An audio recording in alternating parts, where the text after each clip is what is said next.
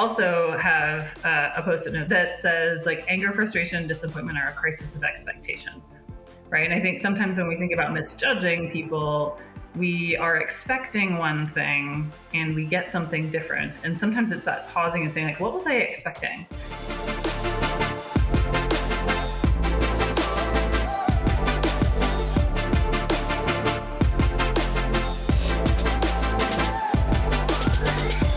Hello, Loren. Hello, Kelsey. Are you ready for another episode of Campus Confidential? Ready. Couldn't be readier. So ready. I think today was a fun one. Tell us who we had as our guest. Yes, we have today Dr. Sara Reed. You can also call her Lieutenant Colonel Sara Reed. She is the Vice President of People and Talent at Western Governors University. For those of you who don't know what Western Governors is, you'll hear about that in the episode as she explains that. But it's the largest online not-for-profit institution, 85,000 students. Prior to this role, which she's been in for about 3 years, she was in similar HR or operations roles at Salt Lake Community College, University of Utah, and also at the University of California, Davis. And I mentioned Lieutenant Colonel because she's retired now. Before higher ed, she was a Lieutenant Colonel in the U.S. Air Force. She has a bachelor's in Russian area studies. So a liberal arts degree goes on to many things, right? A master's of education, a master's of management, and then her doctorate in human resources development from Drexel University. And I loved this quote in her bio. She talks about, for her whole career, building bridges between strategy, operations, and people, which kind of explains the background she brings to the podcast. Yeah, I mean, she clearly does that in everything she does. So today we asked her the question about when have you misjudged a colleague? Ah, yes. And what it taught you. And I thought, that seems like a juicy question. What were some of the nuggets you took away from her on that one? I thought, so when I read that question, I thought for myself about when I had misjudged and made an error about their character or their whatever.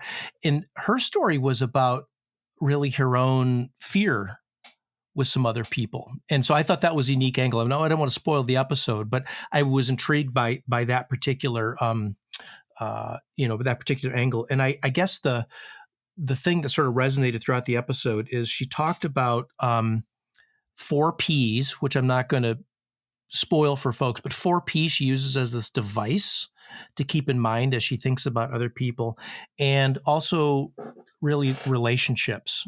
I think as core, and she even gives a tip about how you can use an org chart to think about relationships. So hang on for that. I loved it. Yeah, I love a good org chart junkie. She's a very intentional person, and she does intentionality with care, which I think is a very special combination. And she asks her question, who do I want to be and who do I want to be in certain situations? So I'm really excited for everyone to listen. Yeah. Let's tune in.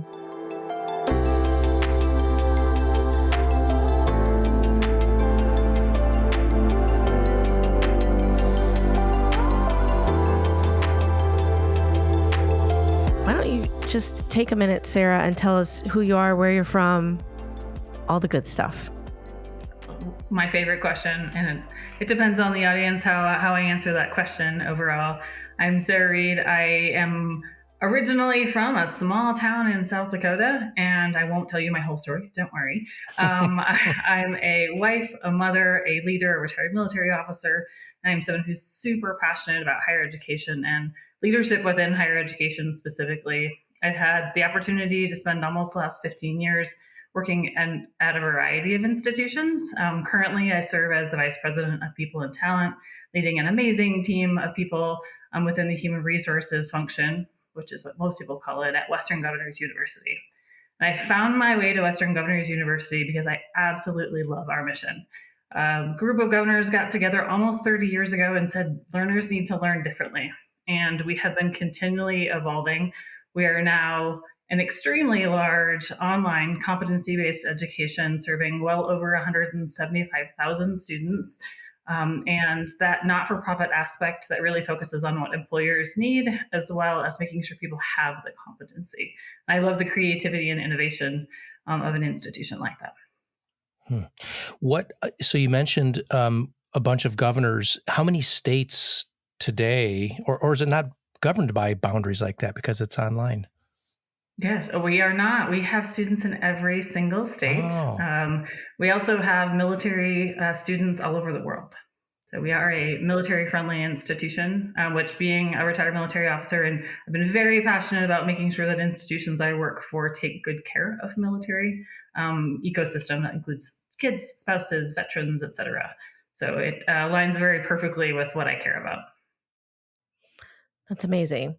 Well, Sara, so thank you for that introduction and little history lesson. I think that's good for us all to have around Western governors. So this season of the podcast, we're kicking off with question for our guests. So the question that we have for you today is, tell us about a time when you misjudged a colleague and what this taught you. So this is such a good question, Kelsey and Loren, and it got me reflecting in so many different ways, because I think we too often misjudge our colleagues. And when I think of colleague, I think of our peers. I think of people within our organization. I think of the teams that we lead as leaders. And there are just so many opportunities. I mean, I was like writing down, oh, I remember when I trusted this person too soon. I remembered when I did this, I misjudged this team member. I remember when I misjudged. I just kept going back to like, oh, there's a lot of opportunities for us to think we know something about people without getting to know them. But kind of two key examples jumped out, and I won't use their names. But I have had the opportunity to work with some absolutely incredibly powerfully credentialed women that I was deathly afraid of to begin with, to be honest. I looked at their credentials, I would hear them talk, and I'm like, oh, I am not going to be able to hold my own with these folks. They're now friends. They are people that, once I got past my own version of fear, which there's so much in this around assumptions and bias as I was processing it. And it really made me realize how important relationships are. And they are in every organization, but they especially are in higher education. We are surrounded by brilliant people with lots of credentials and lots of experience, and it can be very easy to look at their list of accomplishments or how they show up in a certain space and decide, one, I have to prove myself against them, so there's a competition, or I'm afraid of them, so I'm going to doubt myself, which isn't helpful as a leader because we need to have efficacy and we need to be confident, or it can make us avoid them, right? And be like, ooh, I'm just not even going to walk into that space. And so for me, it was a reminder of like that need to pause and go, what am I thinking? And why am I thinking that? And how do I get past that to make sure that I'm building the relationships that help the institution I'm at and the organization I'm at? So with the two, I think I heard you say two women that. Women. Yeah. I have their names in my head. Yeah. Like you see them, you can PhD, unbelievably making change in higher education. So walk into the room, own the room, do all the things. Things. And I also heard you say you're now friends with them, or, colleagues, friends. So what was the first move? I think sitting here now, you can reflect on what maybe came up for you, but do you remember what maybe your first move was with one or both of them to start that engagement? Yeah. So it was actually the action that one took with me that I then took with another, because it was in different organizations that it happened. And so the first one in that organization, she actually came to me for help. And so her coming to me for help, we got into a conversation, and my style is generally not just rush to the business, but I don't know much about you. Tell me a little bit about your story. And I very strongly believe we're much more than the box we are on an org chart. So really making sure that I was, being curious as opposed to I remember thinking before that conversation, she was like, hey, can we connect? I have a question about XYZ. I'm like, sure, absolutely. And I'm like, okay, how am I going to show up in this space with her? I know I'm afraid of her. So I've got to come up with something. And her approach towards me was the same way. It was like, hey, I don't know much about you, but I know you, I know you have great expertise. And she came to me that way. which, I mean, that kind of started a relationship. And we still are very close colleagues. We're at different institutions now doing different work now. And we still rely on each other. Like we still call and we still do those sorts of things. So fast forward a couple of years, and I have this next colleague that I'm like, gosh, she's just amazing. Like I want to learn from her. I want to work from her, work with her on things. And so I went to her and said, hey, I'm new here. Can you like provide me some background, help me provide some context? And so I used a very similar strategy, which is, it's kind of ironic. I'm sure you're both familiar that we as humans don't want to ask for help. And at the same time, people want us to ask for help. So that ability to kind of be humble and say, hey, I don't know, I want to learn from you in an authentic way is a powerful way to build the relationships. Going back to the situation, I think I heard you say you had to get past the fear, assumptions, and bias. And what was it you were assuming about these individuals that was, in fact, in the end, an assumption that wasn't true, a misjudging of those colleagues? What was it you were assuming then? What did you discover as a consequence then of getting to know them, about yourself and about them? Yeah, I mean, I think assumptions are all around us. I actually have a Post-it note on my laptop that says it is a habit to assume it is better if we don't, as like a reminder, because it's like, what are you assuming right now? And honestly, I assumed, like from my own personal lens, that I couldn't add value to anything that they were working on. I couldn't add anything, that they weren't going to welcome me into anything that they were working on. And I mean, they were working very large initiatives that did have overlap. So there was an intentional reason we did need to work together. And I really thought, they don't need me, right? They don't need my expertise. I see. And I think it caused me to kind of downplay that. I mean, my default is less prove myself and more like, oh, I'll just step out of your way, which was, a lot in terms of learning self-awareness. And I honestly, it came from that kind of like their way here. They don't need me. And that was an assumption. And I think about it now, and it's layered with bias, right? Being intimidated by a woman with lots of credentials who owns a room is absolutely a bias. And I think it's a really good reminder for us that like we can be in the same identity group as someone and still have an assumption or bias play out that can impact our relationships. Yeah, I think about your background in the military and in higher ed, both laden with hierarchy, right, and credentialing and power differentials. I mean, you please disagree with me this is my own. No, I am nodding right now at you, okay. Loren. I know that nobody else can see, but I am nodding at you. So I think what I hear you saying is that maybe at a previous part of your career, maybe that context caused you to think, I think you'd said something like, I don't know if I can hang with this person or something like that. You made some sort of way to describe, I don't know if I can hang in there with this person or be with this person, but those environments are so full of those things.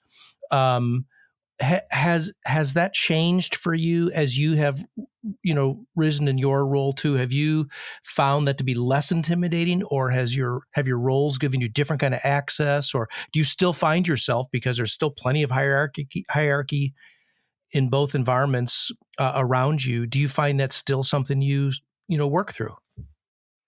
I think it's something we all work through in any environment we walk into, no matter how much we rise in the ladder, right? I retired in the military as a military commander.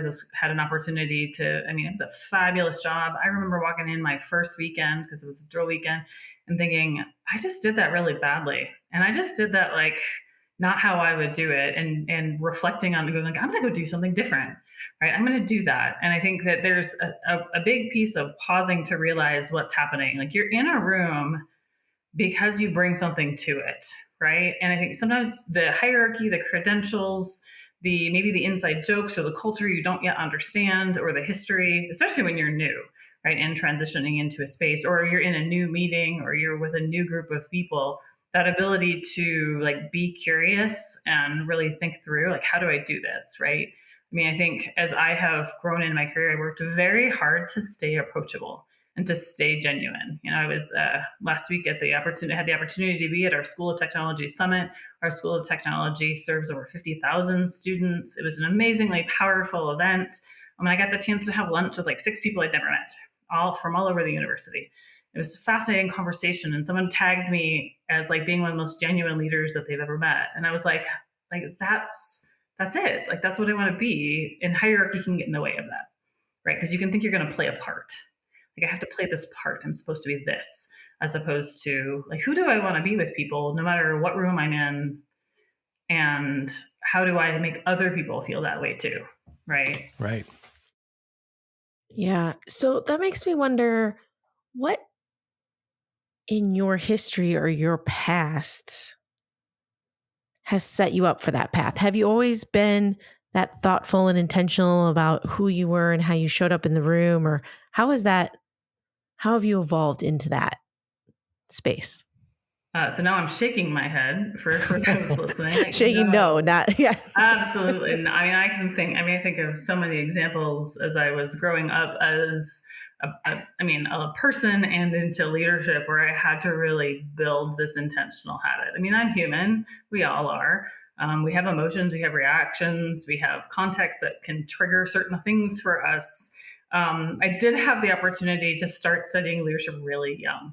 I mean, relatively speaking, I was one of the first 12 people at the University of Minnesota Twin Cities to get a leadership minor. And I have a credo from when I was 19 years old as a leader, that is still highly accurate, surprisingly. You would think, like, I won't say how many decades later that it would be like out of date, but like that program really prompted a lot of self-reflection. And for me, when I'm moving fast, I've realized like that's the time I needed even more. Like, I had 5 minutes between meetings this morning, and I like sat down, I was doing my brain dump, and then I was doing my okay, like, where am I at in terms of where I need to focus and put those energies? I mean, it's absolutely a deliberate practice. And I notice when I don't do it. Like, I don't show up as well for my team, my family, my organization when I don't do it. So I think it's a combination of education that made me do it and great instructors who forced it. And all the way through my doctoral program, same thing. A lot of self-reflection, a lot of thinking through your actions have consequences. How do you have them, and how do you do it as intentionally as you can, and then as authentically as you can? Has there been any roles or positions that have challenged that way of being for you, where you've had to like regroup or pivot for any reason? To slow down, to pause, to think, even think about, I think all the pieces together. If we think about very structured ways of being, potentially in the military, in higher education, structures of hierarchy, have there been any moments where you're like, oh, I'm veering too far away of this and I need to bring myself back?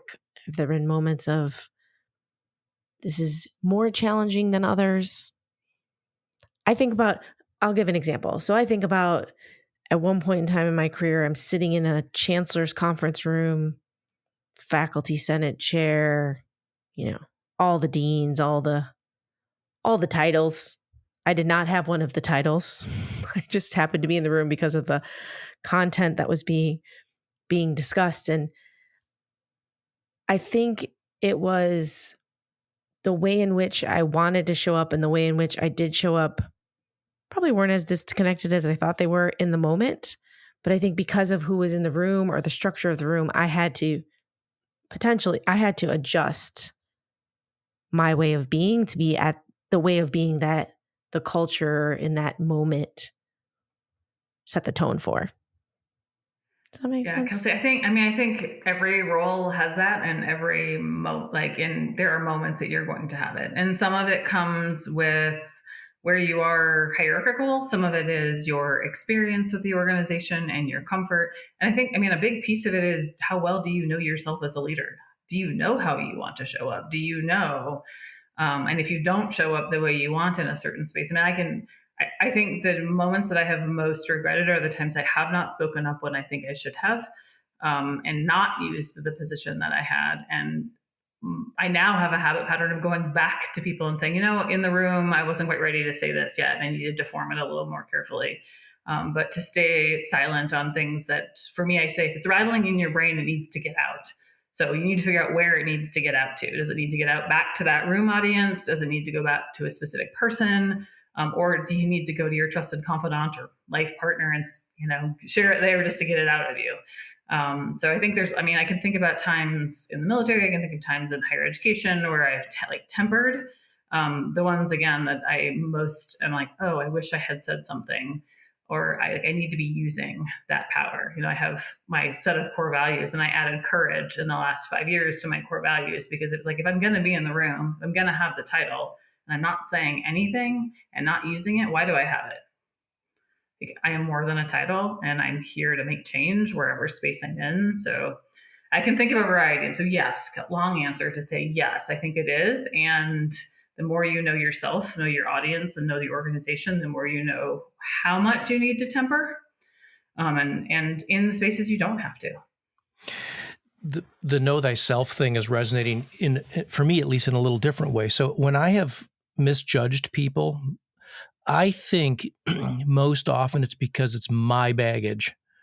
It's something about my inadequacy or self-esteem or whatever it is that's caused me to almost project on somebody else what they're not doing, that's causing something to be hard for me or that they're not hearing.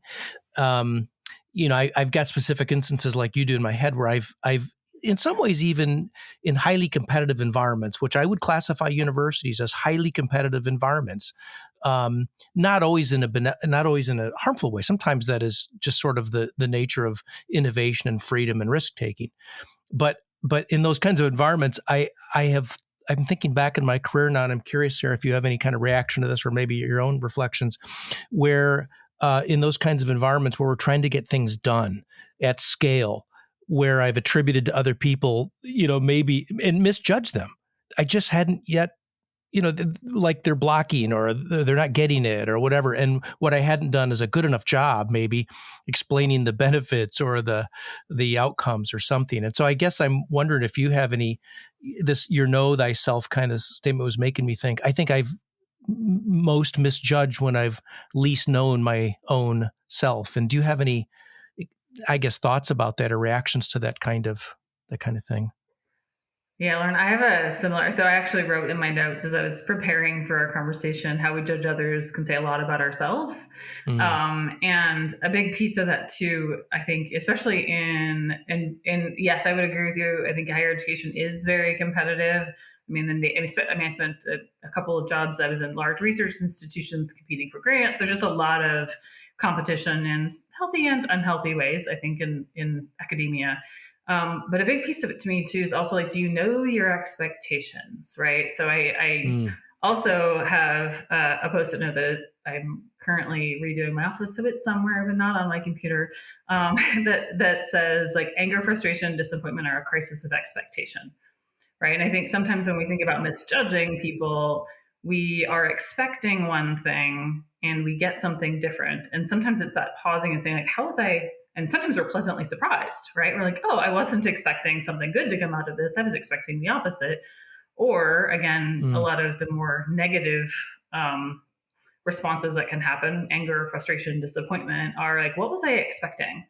I was expecting my colleague to show up as a partner in this conversation, or I was expecting my boss to, provide top cover for me here, and it didn't happen. I was expecting, and so that unwinding when there is some version of a reaction, back to knowing yourself. You also know what you expect and figure out how you're going to monitor expectations with the relationships and people around you. I mean, in our house, it's very common for my kid. I have three kids, 2 14-year-olds and a 7-year-old, where we will say, like, I just want to be clear about my expectations, and then insert whatever. And it will be like, I want to be clear about my expectations, Mom. I would like to have yogurt in my lunch tomorrow from my 7-year-old, right? But it's like, because it's like, we have these conversations about crisis of expectation and knowing and communicating what you need or expect.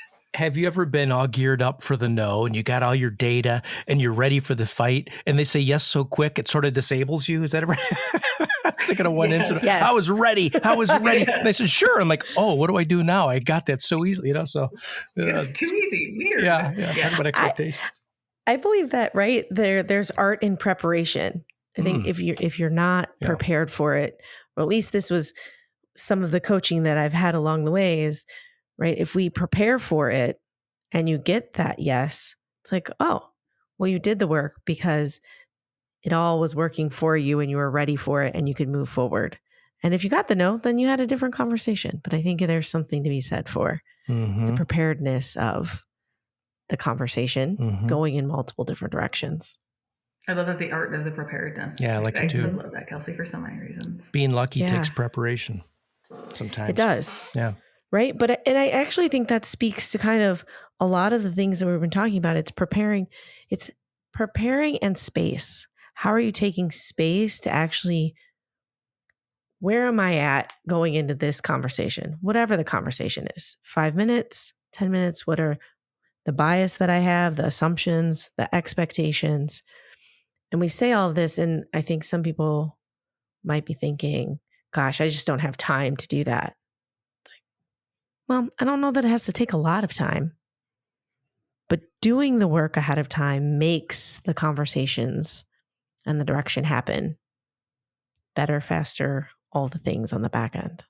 Yeah, I agree. I have it used to be 3 steps, but then I added 4, which is pause, purpose, prepare, and participate, right? So pause long enough to be like, okay, what is this? And part of that pause is to make sure you're not doing something emotional, right? And having a response of it. What is the purpose? Like, what are you trying? Are you trying to get a decision? Are you trying to have a conversation? Are you trying to repair a relationship? Are you trying to get an ally or a buy-in into something? And deciding that before you go in, and then figuring out, to your point, Kelsey, the preparation. Because sometimes you need to go do some homework before you're really ready to have that conversation, and then actively participate. Right? And that can be that room you're in where you might not have a speaking part. If you don't figure out what your purpose is, prepare, and actively show why you're in that room, even by paying attention, then you might not be invited to that space in the future. Because it's like, well, why are you here? You didn't read the documents, you didn't prepare, you didn't, do those sorts of things. So I always try to remind people like that. I think, to your point, Kelsey, it doesn't have to take long. Like, it can just be like a quick, 2-minute pause and purpose. What is my purpose here? Okay, yeah, that's right. This is what I'm trying to do. Because otherwise we can get very wound up and take a conversation the wrong direction. Real quick. Very quick. Yes. Don't email, text, or, do a drop-in while not, without pausing. I would put it that way. It reminds me a little bit of, I had a friend who used to work for Ford Motor Company, and they had a rule, at least in his department, that, and I'm going to forget them, but there were 4 Ps for every meeting. And the leader of the meeting, the convener, had to explicitly state the purpose of the meeting, had to assure that the right people were there to achieve the third thing, purpose. Oh, and the fourth was, and there had to be a process to get the decision. And if that wasn't made clear, you could refuse to go. It was part of the culture. You could refuse to go to the meeting because that person wasn't making good use of your time. So I love these sort of, 4P kinds of conventions that help you, really pretty quickly make sense about what you're doing there. Is there a decision to be made? Why are these folks in the room, or whatever, whether it's those 4 or your 4 Ps. So thank you for that. Well, it also helps you set context. Even if it's like a quick drive-by, whether you're stopping by somebody's office, like, hey, I just want to stop by to do this, to talk about this. Because otherwise we're part of relationships is we talk a lot and not always about what we need to talk about. So being able to, use our time wisely and really be thinking through it, right? Yes. So Sarah, there's a lot, even in this conversation, but knowing you and having spent time with you and follow you on LinkedIn, you read, is it a book a week? Is that what we're doing? Book a week this year? It's been 1 to 3 so far this year. Perfect. 1 to 3 books this year. A week? And A week. Yeah, no big deal, Loren. Yeah. We're just going to raise up my kids. game. I was feeling good about my Goodreads list until now. But what I love is that you summarize it, right? Give people some actionable items from it. But someone that reads, you sit in the role that you sit in, you read the books that you read. Leadership is at the core of kind of who you are and what you do. How do you decide? How does it not become paralyzing to you and it becomes beneficial to you in how you navigate your roles in the world? Which piece of it? I mean, all of it. I think sometimes we can read books with a lot of great information. And I think sometimes people can become paralyzed in we can quote it back, we can say the words, but putting into action can feel very hard. Yes. And so when you consume a lot of information, you have a lot of tools in your tool belt, how do you decide what to use when, how does it help propel you forward versus paralyze you from action? Or whether to use it even. Yeah, right. Yeah. Well, so the book summarizing is new, right? Like I've been a reader. I mean, my mom read to me. I read to my kids. We have stacks of books. That's who we are. And I started realizing I was just consuming things, and to your point, Kelsey, not necessarily always feeling, what am I getting out of this? Right. And I'm a very strong believer that whether it's a podcast, it's a book, it's whatever kind of thing you are consuming, there's pieces of it that hit you when you need them to, if you're paying attention. I mean, I will, there's a variety of people I have in my kind of life that read books similar to you, and we'll read the exact same book and have two very different takeaways. And I think that's an important thing around remembering that, like, if you are consuming things that help you think differently. I mean, I read fiction, I read nonfiction, I read in a wide variety of genres on purpose because it like triggers pieces of my brain to connect things that I wouldn't normally connect. And I think sometimes we can get so busy, and people and I, we started pre-recording talking about how busy life can be, that reading a fiction book that reminds you to have empathy about people is absolutely applicable in everyday life, right? Reading, a leadership book, and like I'm currently reading Mary C. Murphy's book, Cultures of Growth, around growth mindset and the importance of a culture of growth mindset, like that individuals can't do it alone. We need to do it as a collective. And like that, there's so much in that book that just resonates. I tell people, like, books find their way to me when apparently I need them. Right. And Yes. then I try to then share that out to the world, whether it's like one sentence that somebody says, oh, I needed that, let curiosity be your brand. Like, I love that statement. It's one line from a book that has 300 pages, but it's that one line that does it. And so for me, it's just part of kind of how I grew up. Like, you read, you think through. Some books I just, give away. And some books sit on my shelf with so many flags and highlights that I'm going to read them 10 times. Yeah, I think that's a totally fair point. I think sometimes we get hung up on, if I don't master this theory, concept, whole book, is it serving me? And the reality is I love this, there's nuggets, or maybe there's a theme throughout the book that resonates with you that you can implement in a certain way. But I think thinking about the resources you need when you need them and they come to you is amazing. Well, I will say, Kelsey, I love that people reach out and say, do you have an article, a book, a podcast, a TED Talk about X? And then I will usually say, what problem are you trying to solve? And then can point a resource, right? I tell people I used to be a very selfish learner. I've been a reader for a really long time. And I think that I learned that it doesn't do good if it's just in my head.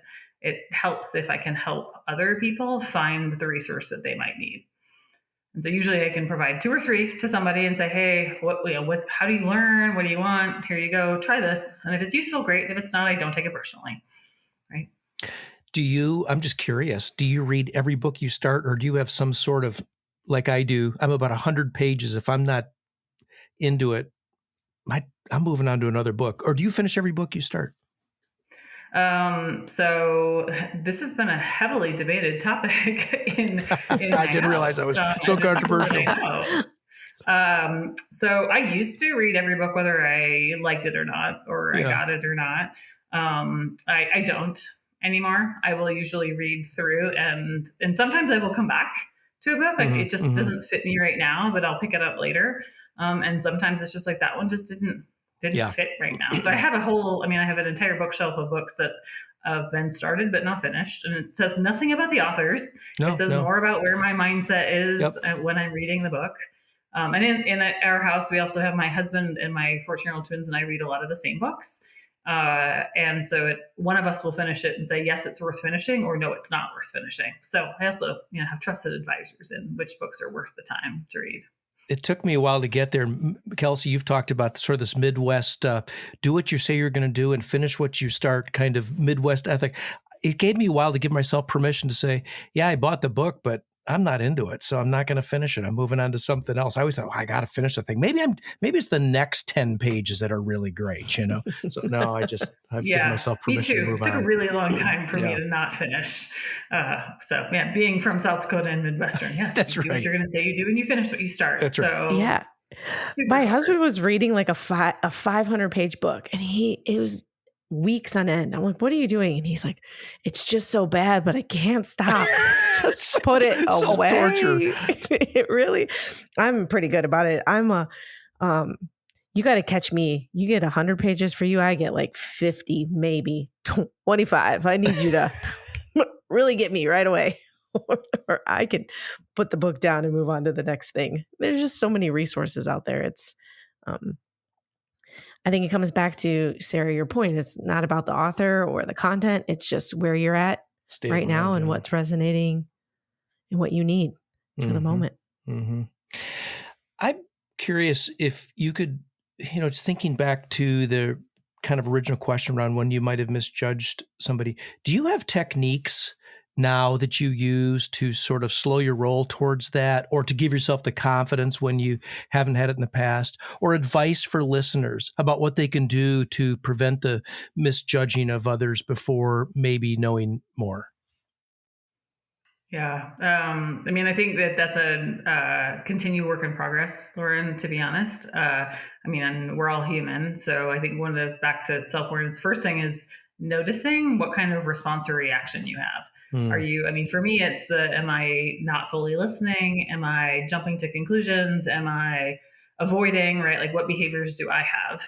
And kind of doing that pause on like what's going on in my own head first. And again, it's honestly easier than I think most people realize if you just tune into like our bodies have reactions sometimes, right? In terms of nerves and things like that. And I don't think we can underestimate the power of two things, which is one, the like genuine curiosity and realizing like, what might I not know? Right. And who is this human who came to work at this great institution that I am also at? Why are they here? And really trying to get back to like, why? So I'll often say like, what brought you here? What is your mission at this institution? What is it that really kind of is your drive? And also being very careful who you're listening to.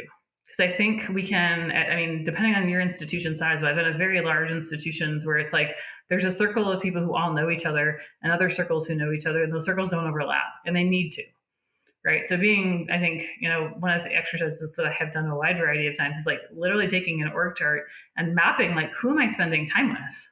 What voices am I hearing and listening to? And really being able to kind of think through who might I not be connecting with and for what reason, and then making the effort. Right? Very few people will refuse if you say, hey, I just want a couple of minutes to get to know you better and figure out how my work might work with yours, or how my work can support yours, or how we might partner on something to advance something at the institution.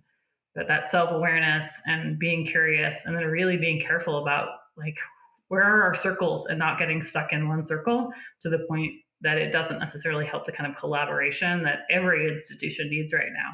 Really always, but especially now as we're solving some of the most sticky problems in higher education. Yeah. Sticky for sure. My favorite word, sticky. Yeah, sticky is a good word. So I know you prepared for this, right? We referenced a little bit about, as you were preparing for the question.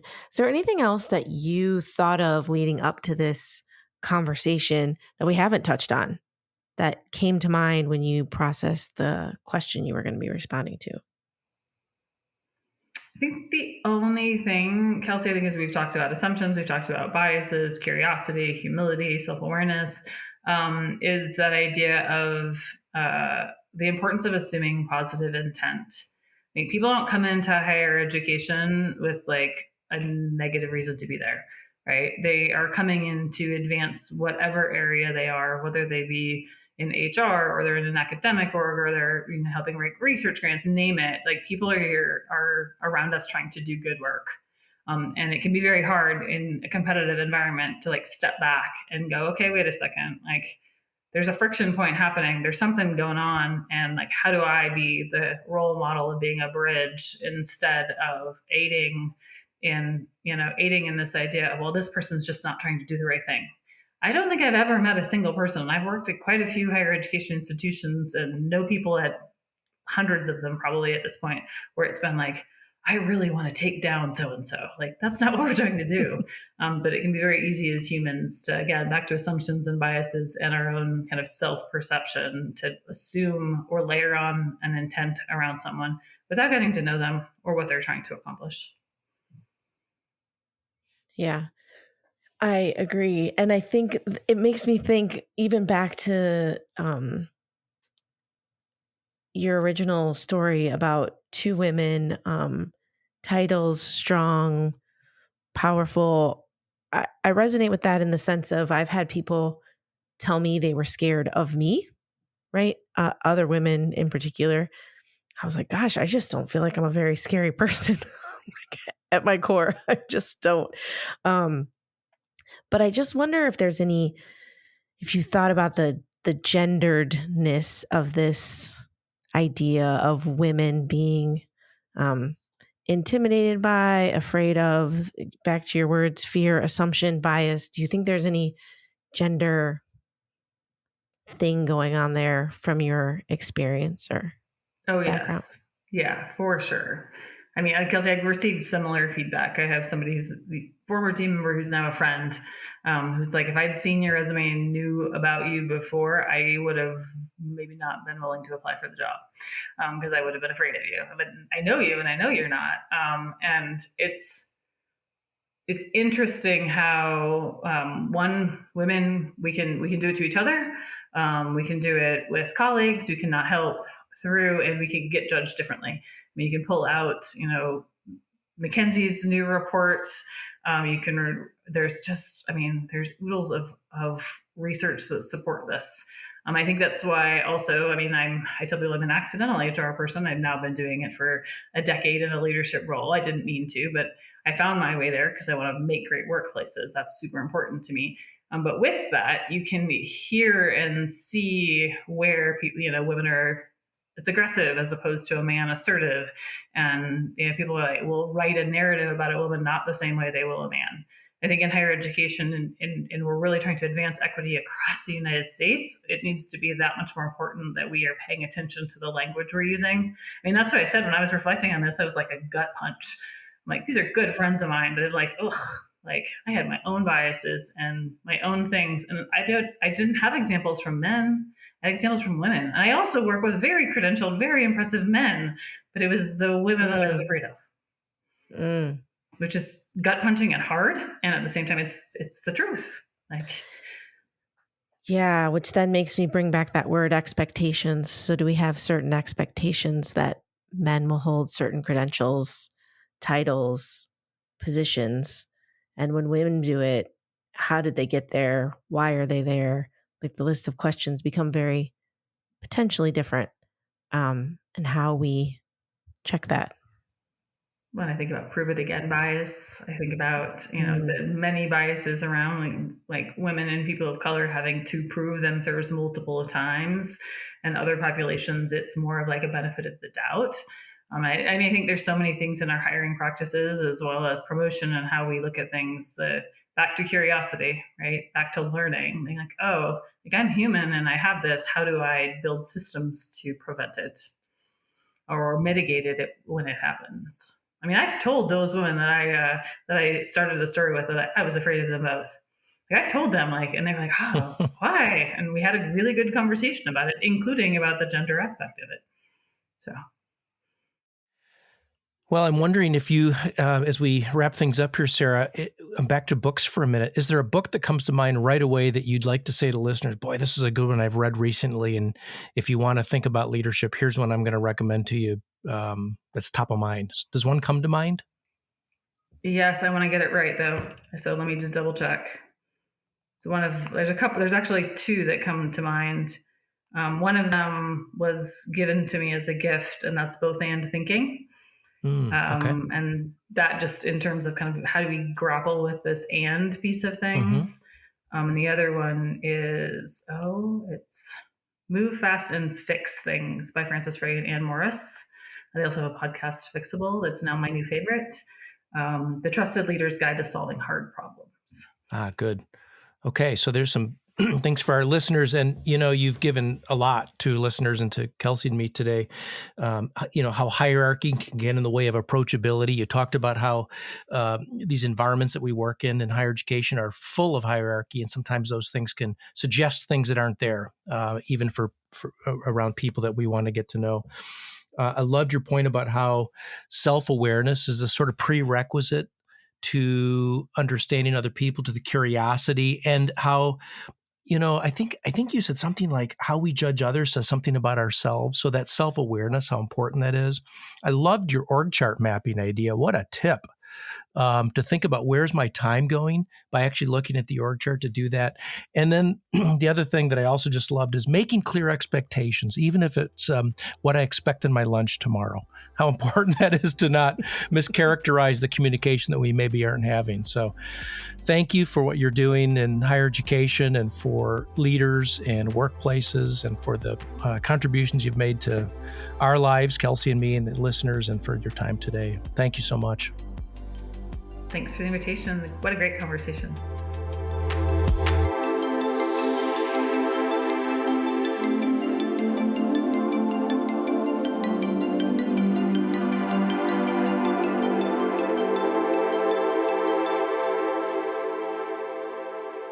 Loren, are you ready for some extra credit? Corey's ready for extra credit. Oh, Corey's ready? Are we? Oh, yes. Yeah. Let's bring Corey in for this extra credit. Turn the microphone off, Corey. We might need a tiebreaker in this extra credit. So 3 seems great. So now it sounds like a quiz again. Okay. So in this episode, Sara talks a lot about, she reads a lot of books, but what we clearly discovered is she reads, but she also listens to books. So first question, Audible, do we believe Audible, whatever. Mm-hmm. Do we have a feeling? Are you allowed to say you read a book if you listened to Sounds it? like a trap.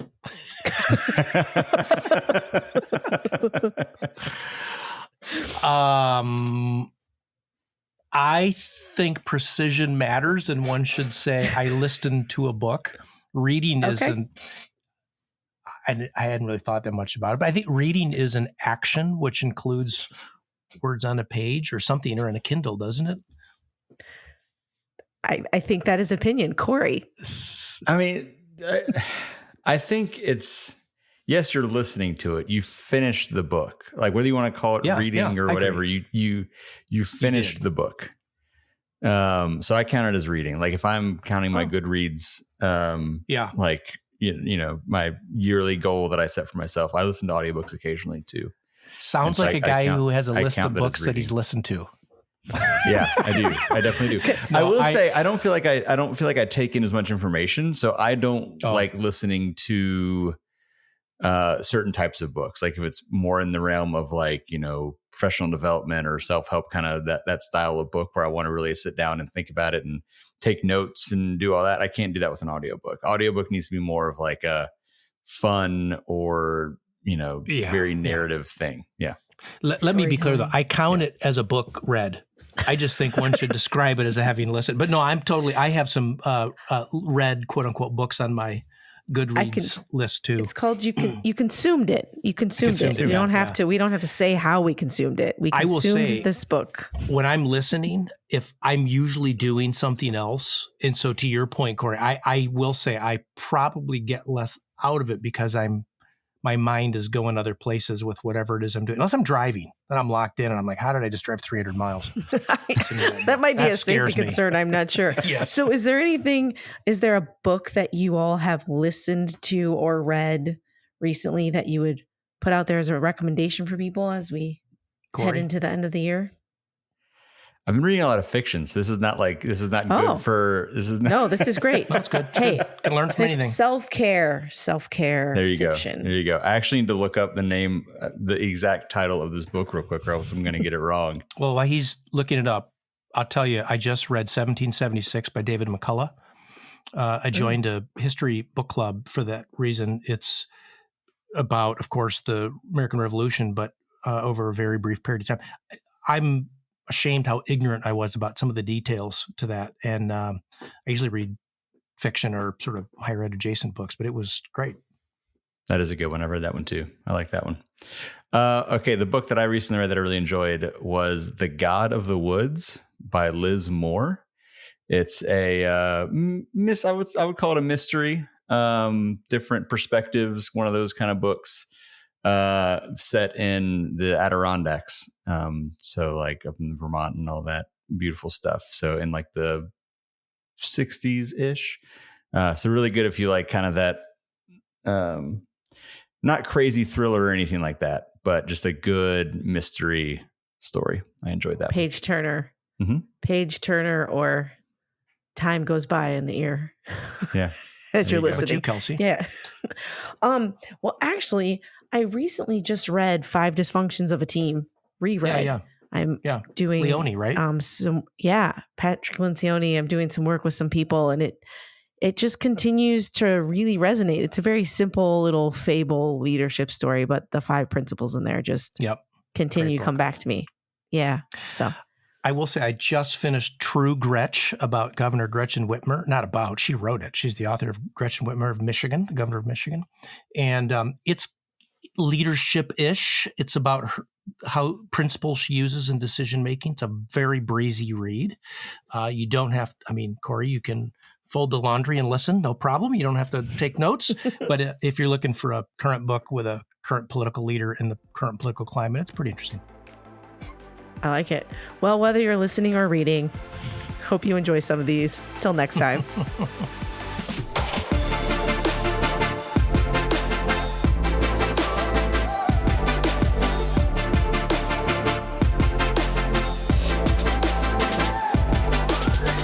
Campus Confidential is presented by Compass Group, produced by Corey Inscoe, with your hosts Kelsey Harmon Finn and Loren Rullman.